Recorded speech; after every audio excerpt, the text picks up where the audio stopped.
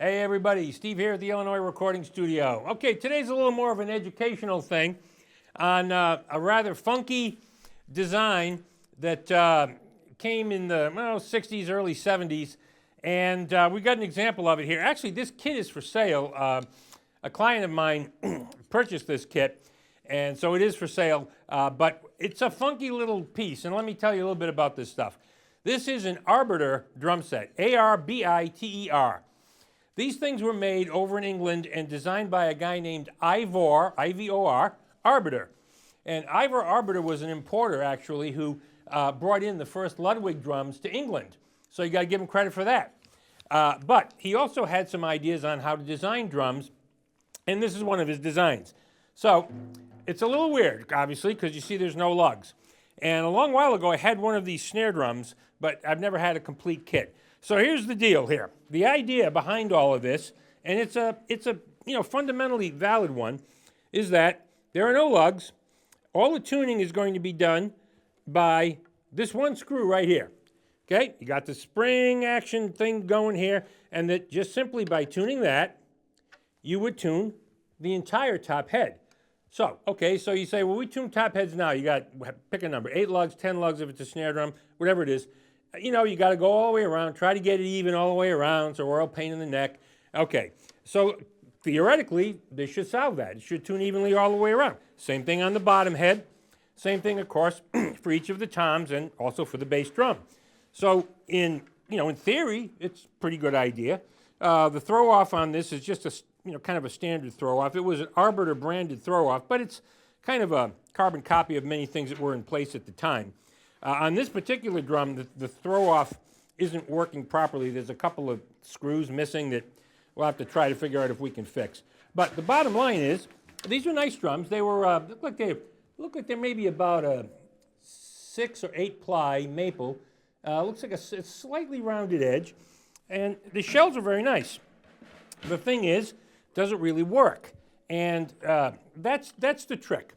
It should work, and it should be a smooth and flawless way to tune it, but not so much. What happens here, I mean, theoretically, if you're going to tune this, I'll use this small drum as an example of how it would be.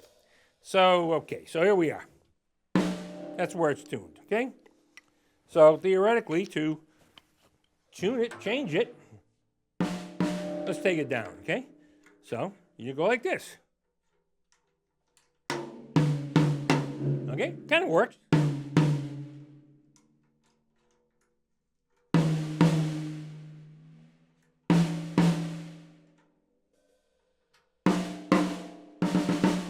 Kind of works, right?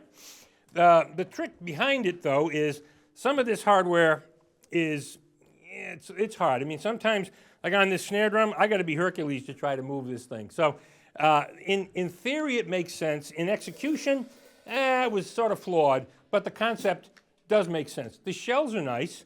I have no idea if someone could kind of tweak around with these and play around with them a little better to make it work a little more smoothly. I've done separate tuning on the top and bottom on this one to try to see if I could get it dialed in, but it still had a little bit of odd overtones, which kind of told me it wasn't really pulling this head exactly the way it should in all areas. And you have to think about it. It's not like a timpani. Timpani's a different animal. It's got a mechanism in the middle that pulls down, and it pulls down evenly. This is not the same thing. Anyway, then he also had something called these Arbiter FLATS, which are basically, if you think about it, it's the same concept for tuning. So it makes it, in a weird way, a little bit almost like a tunable rototom. If you remember those from Remo, you had a rototom, it's a single head thing, had a little device, you turn the actual drum and it could change the pitch, up, down, or whatever. It was kind of cool. So this was what they called their FLATS. And the snare drum, this is the weirdest snare drum on the face of the earth, I tell you, man. I tried everything to get it to sound good, and it sounds horrible, but I'm going to put my wallet on there so it dumbs it down a little bit, and I'll give you a little example of all of this stuff. So, just for fun, here's the Arbiter kit, the full kit. A little example of what we got here.